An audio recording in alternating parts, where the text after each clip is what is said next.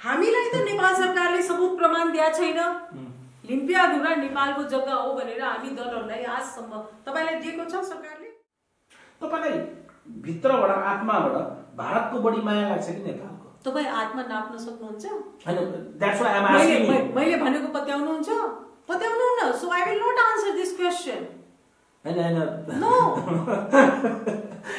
तपाई भन्नुस् न। नो नेपाललाई I am not going to answer your question. आत्माको कुरा गरेर राजनीतिमा हुन्छ?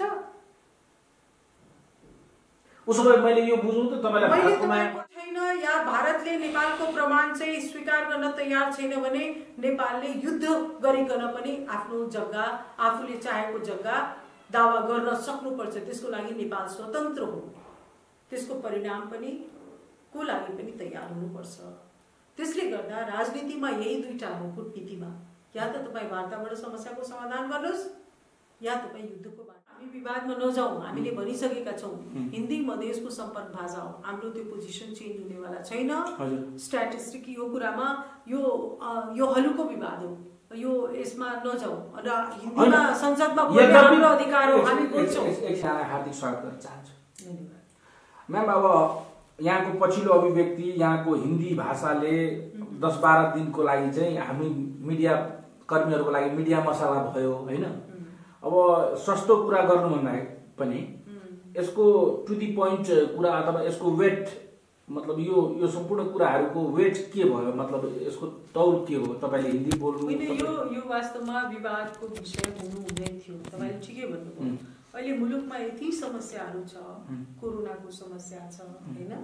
यो हिन्दी भाषा त हामी 2047 सालदेखि बोलिराखेका छौं। आजको त नयाँ कुरा होइन नि, हो कि न? अनि त्यस अवस्थामा यो हिन्दीलाई लिकन विवाद उठाउनु भनेको जुन पक्षले विवाद उठाएको छ उसको कमजोरी हो। उसँग एजेन्डा छैन अनि एउटा नन एजेन्डालाई चाहिँ एजेन्डा बनाउन खोज्या हो। इस्युमा जाउँ हैन। हिन्दी भाषाको विवाद त गर्नु भनेको म त मूर्खता ठान्छु। किनभने हामी हिन्दीमा शपथ लिएका छौं। हिन्दी चाहिँ नेपालको संविधान अनुसार यो मुलुकको राष्ट्रभाषा हो र यो मुलुकको हरेक राष्ट्रभाषामा बोल्ने अधिकार छ। नेपालको संविधानमा चाहिँ हिन्दी भाषा सदनभित्र बोल्न पाइने कानुन छैन भनेर भन्नुहुन्छ नि तपाईहरुले। नेपालको संविधानमा के भनेको छ भने यो मुलुकमा बोलिने जति पनि भाषा छ त्यो मुलुकको राष्ट्रभाषा हो र यो राष्ट्रभाषामा बोल्ने अधिकार हुन्छ। नम्बर 1। नम्बर 2, तपाई जनगणनामा जानुस्। पछिल्लो जनगणनामा हिन्दी भाषा 123 कि 25 यस्तै भाषा छ जसमा 19औं नम्बरमा छ हिन्दी भाषा हैन। धेरै तल पनि छैन, 19औं नम्बरमा हो र हिन्दी भाषाभाषी यो मुलुकमा छन्। त्यसले गर्दा हिन्दी हाम्रो भाषा हो र हिन्दी मैले संसदमा पहिलो चोटी बोल्या होइन, धेरै चोटी। आज 2 वर्ष 2.5 वर्ष भइसक्यो त धेरै चोटी बोल्या हो त। अहिले आएर हिन्दीलाई लिएर विवाद उठाउनु भने त्यसो भए नेपालका एकजना अब सिनियर पत्रकार हुनुहुन्छ डाक्टर राजेश ऐराजीले चाहिँ यो कानुनमै छैन भनेर भन्नुभएको छ। त्यो चाहिँ के हो फेरि? उहाँलाई कानुनको अध्ययन नपुगेको हो कि जानकारी नभएर भन्नुभयो कि उहाँले पनि त अध्ययन गर्नु? डाक्टर राजेश ऐराज मैले बुझेँ। तपाई उहाँलाई के सोधिदिनु होला भने कुन कानुनमा लेखेको छ कि हिन्दीमा बोल्नुहुन्न? नेपालको राजा महेन्द्रले हिन्दी प्रतिबन्धित गरेका थिए। त्यसपछि 2047 साल पञ्चायती संविधान ढलिसके पश्चात 2047 सालदेखि यो मुलुकमा संसदमा हिन्दी भाषाको प्रयोग भइरहेको छ। तपाईले नेपाली भन्दा हिन्दी कसरी प्यारो हो? अब हिन्दी मैले किनभने तपाई नेपालको नागरिक, नेपालको सांसद, तपाईले हिन्दी प्रति नेपालमा भाषाको विविधता छ। यहाँ हरेक भाषा बोल्न सकिन्छ। उसो भए हजुरले मैथिली बोल्न सक्नुहुन्छ? म मल्टिलिङ्गुअल छु। हजुर हो। र दोस्रो कुरा चाहिँ जब मधेसको आन्दोलन हामीले सुरु गरेका छौं र मधेसको अधिकार समानताको अधिकार स्थापित गर्नको लागि हिन्दी भाषा पनि नेपाली सरह नेपालको भाषा त्यो मान्यता पाउनुपर्छ। त्यो हाम्रो मान्यता पाउनुपर्छ, पाएको छैन। यद्यपि तपाई बोल्दै हुनुहुन्छ? होइन, पाएको छैन भन्दाखेरि स्कुल कलेजमा पढाएको भाषा हिन्दी हुनु पर्यो त्यो हैन। अहिले पनि त्यसो भए त नेपाल भारत बनिहाल्छ नि हजुर? नो, कहाँ हुन्छ त्यस्तो? जर्मनी, तपाई स्विट्जरल्यान्ड र चाहिँ तपाईको फ्रान्स र जर्मनी हेर्नुस् त स्विस नागरिकहरू पनि फ्रेन्च भाषा बोल्छन्, स्विस नागरिकहरू जर्मन भाषा बोल्छन्, स्विस नागरिकहरू इटाली भाषा बोल्छन्। त के त स्विट्जरल्यान्ड फ्रान्स, इटाली, जर्मन भइसकेको छ। यो भाषिक दाउपेच आजको आवश्यकता थियो र हो र? यो दाउपेच हुँदै होइन, यो अधिकारको कुरा हो। हैन, अधिकारको कुरा हो भने त मैथिली शब्द बोलेको भए भइहाल्छ नि त। मैथिली भाषा बोलेको भए हुन्थ्यो नि। यो कुरामा हामी विवादमा नजाउँ। हामीले भनिसकेका छौँ हिन्दी मधेसको सम्पर्क भाषा हो। हाम्रो त्यो पोजिसन चेन्ज हुनेवाला छैन। स्ट्याटिस्टिक यो कुरामा यो हलुको विवाद हो, यो यसमा नजाउँ। र हिन्दीमा संसदमा बोल्ने हाम्रो अधिकार हो, हामी बोल्छौँ।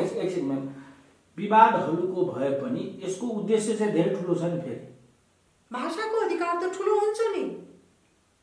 मान्छेले त यसरी प्रिडिक्ट गरिरहेका छन्, यिनीहरू चाहिँ भारतीय इसारामा यो खालको कुराहरू ल्याउँछन्, यो खालको तर्कहरू सदनमा ल्याउन खोज्छन्। यो मुलुकको विडम्बना अहिले एमसीसी को विवादमा हो, यो हिन्दीको भाषा विवाद एमसीसी को विवादमा को चाहिँ अमेरिकाको जासुस र को चीनको जासुस। अनि त्यसको तपाईले मलाई प्रति प्रश्न गर्दै हुनुहुन्छ भने म तपाईलाई उत्तर दिइहालौँ। 75% त कुरै नबुझी बोलिरहेका छन्, 25% ले अध्ययन गरेका छन् हैन। त्यसमा पनि सबैको आफ्नो राजनीतिक उद्देश्य छ। कुन विषय? एमसीसी को विषयमा जुन तपाईले मलाई प्रति प्रश्न गर्नु, त्यसको उत्तर मैले तपाईलाई दिएँ। 75% ले कुरै बुझाएको छैन, जो मिडियामा पनि बोल्छ, र जो 25% ले बोल्नुहुन्छ उहाँ कहीँ न कहीँबाट गाइडेड हुनुहुन्छ। उहाँलाई यथार्थ कुरा थाहा भए पनि उहाँ हिन्दीको बारेमा पनि त्यही हो। धेरै कम केही सानो पोर्सनले चाहिँ कुरा बुझेका छन्, धेरैले नबुझिकन विरोध गरिरहेछ। It's the same. अहिले देशको चेतनाको स्तर माथि गएको छैन, राष्ट्रिय एकताका सूत्रहरू चाहिँ अलि बलियो भइसकेका छैन। भनेपछि यो भाषिक विवादलाई तत्कालीन हिसाबले ट्विस्ट गरेर तपाईलाई एजेन्डा बनायो, एजेन्डाको कमी भएको बेला यो पुरानो भइरहेछ। यो आजदेखि होइन। यो चाहिँ जब म संविधान सभामा आएँ र संविधान सभामा पहिलोमा जब मेरो प्रस्तुति सुरु भयो, अनि मलाई चाहिँ के लाग्छ भने यिनीमा नेतृत्वको सम्भावना छ भनेर मलाई टार्गेट गरिराख्यो हो सुरुदेखि हो। यो मैले बुझिसकेँ। And you are capable for that. के को लागि क्यापेबल? राष्ट्रपति बन्न, प्रधानमन्त्री बन्न क्यापेबल हुनुहुन्छ। त्यो भएर टार्गेट गरियो तपाईँ। मैले नेतृत्वको कुरा गरेँ। नेतृत्वमा सबै कुरा हुन्छ। हो, त्यसैले गर्दा त्यो मलाई टार्गेट गरिकन संविधान सभाबाट चाहिँ यो नागरिकताको अधिकारमा संशोधन गरायो, त्यो लुकेको कुरा होइन, त्यो सही कुरा हो। अब उहाँले किन गर्नुभयो, त्यो मलाई क्यापेबल ठानेर गर्नुभयो कि गर्नु भएन, त्यो उहाँले जवाब दिनुपर्छ। मतलब तपाईसँग त त्यस्तो खालको जनाधार पनि मैले देखेको छुइनँ। त के जनाधार? जनताको जनाधार पनि मैले देखेँ। मैले चुनावमा गएको छु है, मेरो चुनावको बारेमा अनुभव छ। ओके, मैले के देखेको छु भने मधेसमा जुन घरमा म जान्छु नि, अनि त्यहाँ त्यो घरबाट निस्कने बित्तिकै त्यहाँ काङ्ग्रेसको गाडी, त्यहाँ एमालेको गाडी, त्यहाँ माओवादीको गाडी पुग्थ्यो हो, र त्यहाँ लेनदेन हुन्थ्यो। भन्दाखेरि जुन चुनावबाट तपाईँ जनाधारको आकलन गर्नुहुन्छ त्यो नगर्नुहोस्। त्यसो भए राजेन्द्र महतोको चुनावी क्षेत्रको कुरा गर्नुहोस्, तपाईँकै पार्टीको मान्छे हो। काङ्ग्रेस एमाले माओवादीलाई के भन्छ च्यालेन्ज दिने गरी उहाँले पैसा बाँडेको उदाहरण पनि छ। तपाईँकै पार्टीको पार्टी विशेषको कुरा गरिरहेको छैन। यो चाहिँ हाम्रो समाजको समस्या हो। यसमा यो पार्टीले गर्यो, मैले गरिनँ, यो मेरो एथिक्सको विरुद्धमा हो। 7 दिन अगाडिसम्म मलाई मानिसले घेरिरहेको थिए। मैले भने नो, म यो बुझ्न आएको छु, सिक्न आएको छु, म यो दलदलमा फस्दिनँ। मेरो एथिक्सले मान्दिनँ। I cannot buy votes. त्यसले गर्दा भोटको कुरा अहिले थाहा छ। If you can't buy votes, another time you are not going to. I don't know. म आज देखिरहेको छु, म धेरै फ्युचरको बारेमा चिन्ता गर्दिनँ, तर म एउटा कुरा के भन्न चाहन्छु भने यो जुन समानुपातिकबाट हामी प्रवेश गरेका छौँ, र अब एउटा कुरो के उठिरहेछ भने अब समानुपातिक समाप्त गर्नुपर्छ। त्यो किन समाप्त गर्नुपर्छ भने समानुपातिकको प्रतिनिधित्व समाप्त भयो भने प्रत्यक्षमा हामीहरू जस्तो जो परिवर्तनका लागि काम गरिराखेका छौँ, व्यवस्था परिवर्तन, सोच, मानसिकता परिवर्तन, त्यस्तो तत्त्वहरूलाई त इजिली टार्गेटेड हुन्छ। मैले चुनावमा गएर देखिसकेको छु।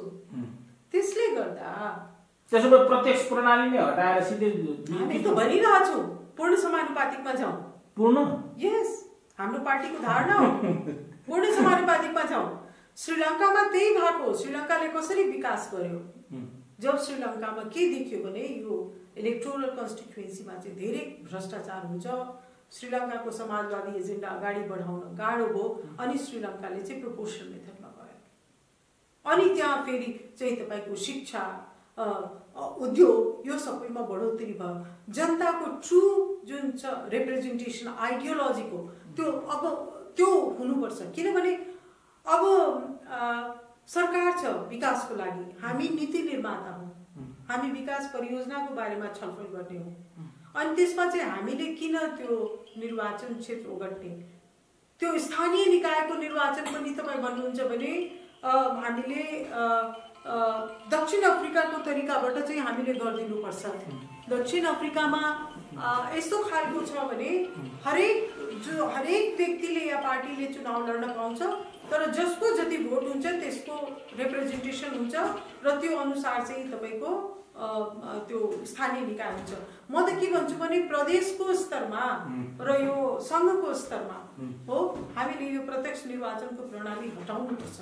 तपाईको ड्रिम चाहिँ तपाई भारतबाट विवाह गरेर नेपाल आउनुभयो। अफ कोर्स अंगीकृत नागरिकता वैवाहिक अंगीकृत लिए 2037 सालमा लिए। It's okay. अब तपाईको इच्छा सपना के छ भने देशका महत्त्वपूर्ण पदहरुमा पुग्ने थ्रु पोलिटिक्स। यदि यहाँ हामीहरु जस्तो व्यक्तिसँग विभेदको वातावरण नभइदिएको भए म कुनै युनिभर्सिटीमा आज प्रोफेसर भएर बस्थे होला। And you are capable for that also. तर राजनीतिक विभेदको विरुद्धमा आफ्नो जीवनको अनुभवको आधारमा यो राजनीतिक सामाजिक विभेदको विरुद्धमा लड्नुपर्छ भनेर मलाई राजनीतिमा हाम फालेको हो। ठीक छ। अब तपाईलाई भारतको एउटा उदाहरण दिउँ। सोनिया गान्धीको पार्टीले त्यति धेरै बहुमत ल्याउँदाखेरि उहाँ प्रधानमन्त्री बन्नै आँट्नु भएको थियो। तपाई जुन देशबाट आउनु भएको छ त्यहाँ त उहाँलाई प्रधानमन्त्री बन्न दिएन because she is from Italy भनेर। अनि तपाई भारतबाट आएको देख्दा देख्दै तपाईलाई यहाँको महत्त्वपूर्ण पदमा राख्छ त नेपालीहरूले? सबैले मान्छन् यो कुरा? सुन्नुस्, मैले अहिले कसैसँग पद माग्ने होइन। नम्बर 1 तपाईहरु किन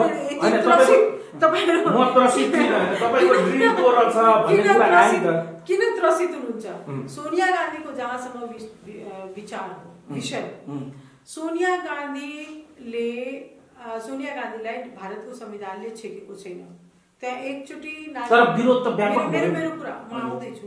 एकचोटी कोही नागरिक भइसके पश्चात त्यो सबै नागरिकको अधिकार बराबर छ। नम्बर 1।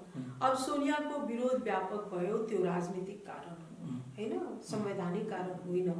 र सोनिया गान्धीको विवाह धेरै अगाडि भएको थियो र उहाँले 1979 तिर आइकन भारतको नागरिकता लिनु भएको छ। ठीक छ।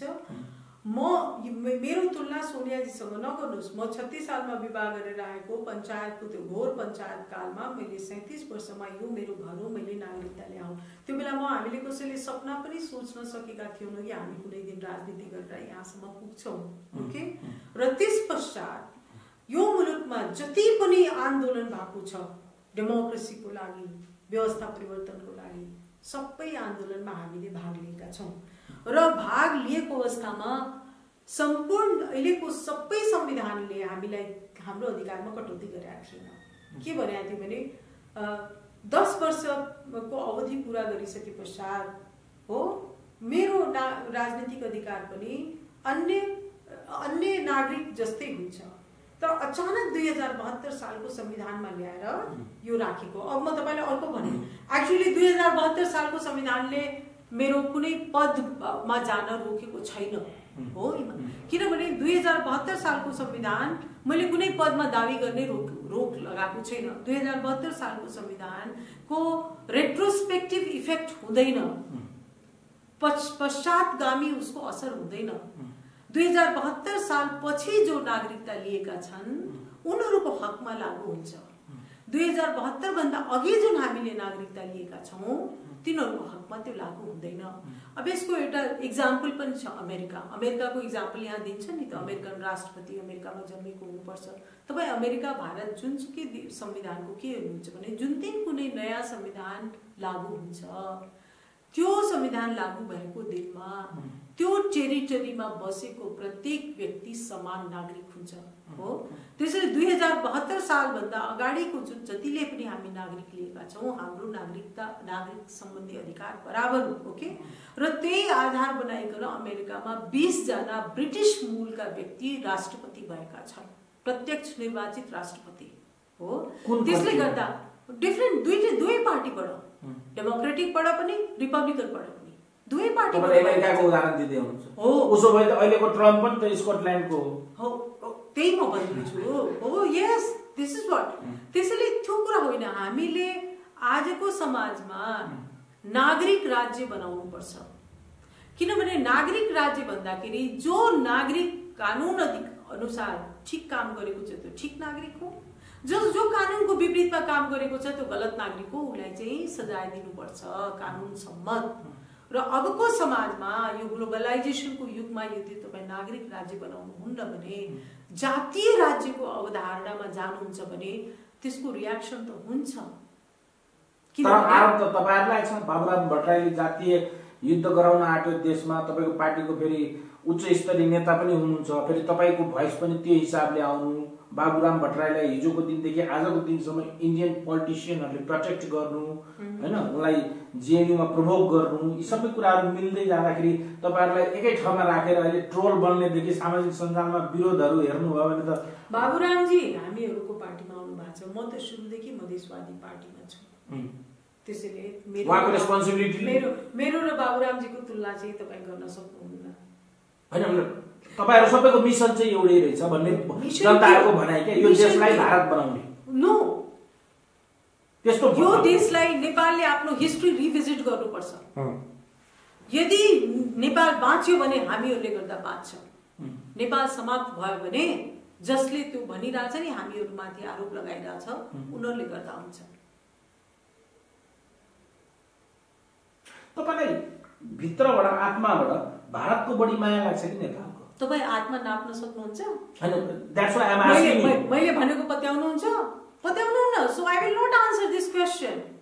हैन नो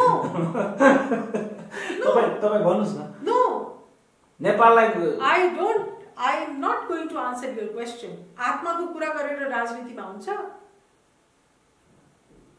उसो भए मैले यो बुझौँ त तपाईलाई भारतको माया बढी रहेछ। मैले तपाईको आत्मा उसो भए मैले यो बुझ्दा भयो तपाईलाई नेपाल भन्दा भारतको माया बढी रहेछ भनेर बुझ्दा। तपाई जे पनि बुझ्न सक्नुहुन्छ, बुझाइमा कसैको रोक छ? हैन, तपाईलाई म तपाई आफ्नो प्रेजुडिसको आधारमा आफ्नो बुझाइमा गर्नुहुन्छ, त्यसमा म रोक लगाउन सक्दिन। बुझाइ त आफ्नो हुन्छ नि त। र तपाई यो मुलुकमा पञ्चायत कालदेखिको जुन शिक्षा छ मात्र 400 वर्षको इतिहास पढाएको छ। खस कालदेखि उदय भएको इतिहास चाहिँ तपाईहरुले पढ्नु भएको छ। जब पृथ्वीनारायण शाहले यहाँ आएका यहाँका मल्लहरू सबैलाई पराजित गरिकन जब राज्य कब्जा गरे, त्यो कब्जालाई ग्लोरिफाई गरिकन त्यो इतिहास तपाईहरुले पढ्नु भएको छ। तर नेपाल मात्र 400 वर्ष पुरानो होइन, 300 वर्ष पुरानो होइन। नेपालको इतिहास अहिले पनि कम्तीमा 2000 वर्ष पुरानो त नेपालकै संग्रहालयमा संरक्षित छ। अनि कसले बनायो त्यो नेपाल? कसले? जवाब दिनुस् त। कसले बनायो त्यो त इतिहासको बाटोमा जानुपर्छ। हो, यस हो। राजनीतिमा, विदेश नीतिमा इतिहासको धेरै महत्त्व हुन्छ। यसको मतलब यो होइन कि हामी इतिहासको बन्दी भइहाल्यौं। इतिहासबाट सिक्नुपर्छ र जुन समय परिवर्तित भइराखेको छ, परिवर्तित समयको मूल्य मान्यता अनुसार अगाडि बढ्नुपर्छ। यदि यहाँका नेपाली जनता जो आफूलाई एकदम घोर राष्ट्रवादी भन्नुहुन्छ, उहाँहरू जहिले पनि नाराबानीको युद्ध र सुगौली युद्धको बन्दी भएर बस्नुहुन्छ भने उहाँहरू कहिले पनि अगाडि जान सक्नुहुन्न। सुगौली सन्धि पश्चात मधेस आएको छ र मधेस आइसके पश्चात नेपालको जुन नयाँ नक्सा आएको छ, त्यो नयाँ नक्सा भूगोल मात्र होइन, त्यहाँ जनता पनि हो। त्यो जनताको पनि जब मानसिकता, उसको भावना जबसम्म यहाँका जुन पहाडी मूलका व्यक्ति बुझ्नुहुन्न त्यो बेलासम्म नेपालको समस्या समाधान हुँदैन। तपाईले सीमा विवादमा पनि विवादास्पद टिप्पणी गरिरहनु भएको छ भन्ने धेरैको आरोप छ। तपाईले लिम्पियाधुरा भारतकै हो भन्ने खालको अभिव्यक्ति पनि तपाईको आइरहेको छ, के भन्नुहुन्छ? प्रतिस्पर्धात्मक राजनीतिमा विमतिको या असहमत राख्ने अधिकार हुन्छ। न त हामी कम्युनिस्ट हौं न त हामी हिजोको निरङ्कुश राणातन्त्रमा छौँ, न त हामी निरङ्कुश पञ्चायत तन्त्रमा छौँ। त्यसले गर्दा सरकारले भनेको हरेक कुरामा हामीले सहमति दिनुपर्ने त्यो दासत्व हाम्रो होइन। आफूले लागेको कुरा हामीले भन्न सक्छौँ। तपाईँ त्यसमा सहमत हुन सक्नुहुन्छ, असहमत हुन सक्नुहुन्छ, त्यो तपाईँको अधिकार हो, तपाईँको स्वतन्त्रता हो। तर तपाईँ मलाई फोर्स गर्न सक्नुहुन्न कि मैले तपाईँले भनेको कुरा मानौँ। र सीमाको विवादलाई राष्ट्रियतासँग जोड्नु यो सरकारको सबभन्दा ठुलो कमजोरी हो। सरकारसँग प्रमाण छ भने सरकारले मानिकन अनि सीमा आफ्नो जग्गा लिनुपर्छ। प्रमाण छैन या भारतले नेपालको प्रमाण चाहिँ स्वीकार गर्न तयार छैन भने नेपालले युद्ध गरिकन पनि आफ्नो जग्गा, आफूले चाहेको जग्गा दावा गर्न सक्नुपर्छ। त्यसको लागि नेपाल स्वतन्त्र हो, त्यसको परिणाम पनि को लागि पनि तयार हुनुपर्छ। त्यसले गर्दा राजनीतिमा यही दुईटा हो कूटनीतिमा, या त तपाईँ वार्ताबाट समस्याको समाधान गर्नुहोस् या तपाईँ युद्धको बाटो लाग्नुहोस्। नेपालका शासकहरू स्वतन्त्र हुनुहुन्छ, हामी त युद्धबाट द्वन्द्वबाट जोगाउन खोजिराखेका छौँ। आत्मसमर्पण गराएर के कहाँ कसले आत्मसमर्पण गराउँछ? टेबलमा थाहा हुन्छ नि बाबा। हामीलाई त नेपाल सरकारले सबुत प्रमाण दिएको छैन लिम्पियाधुरा नेपालको जग्गा हो भनेर। हामी दलहरूलाई आजसम्म तपाईँलाई दिएको छ सरकारले? अनि कतिपय विश्लेषकहरूसँग अन्तर्वार्ता गर्दाखेरि हामीहरू पनि फरक मत राखिरहेका छौँ नि। 1816 मा काली नदीको पूर्व, काली नदीको पश्चिम छ। 1860 मा जब नेपाललाई चाहिँ पुनः जब जग्गा दिया हो इस्ट इन्डिया कम्पनीले त्यो गदरमा सहयोग गर्न बापत, त्यस पश्चात माथिको टुप्पो चाहिँ इस्ट इन्डिया कम्पनीले फिर्ता लियो। त्यो किन लियो? किनभने उनलाई चाहिँ तिब्बत समेत जानको लागि ऊ पिथौरागढ या जुन आजको उत्तराञ्चल छ त्यो बाटो आफूसँग राख्न चाहन्थ्यो। त्यो बेलामा न त सरितागिरी थिइन् न त आजको भारत छ। ओके, र त्यही विवाद अहिले पनि छ र नालापानीको युद्ध पनि त्यही बाटोले गर्दा भएको हो। किनभने त्यो बाटो स्वाभाविक नेचुरल बाटो हो जुन कि तीर्थयात्रीहरू अहिले जान्छन्। अहिले पनि म पढिरहेको छु कालापानीमा भारतले रोक लगाएको छ हो, उता भारतका मानिसहरूलाई पनि आउन रोक लगाएको छ। त्यो किन? त्यो कालापानीको नदीमा उताबाट मानिस आउँथे किनभने आफ्नो पितृहरू जुन श्राद्धहरू हुन्छ त्यो तर्पण गर्न आउँथे। अहिले त्यो कसले भनेको?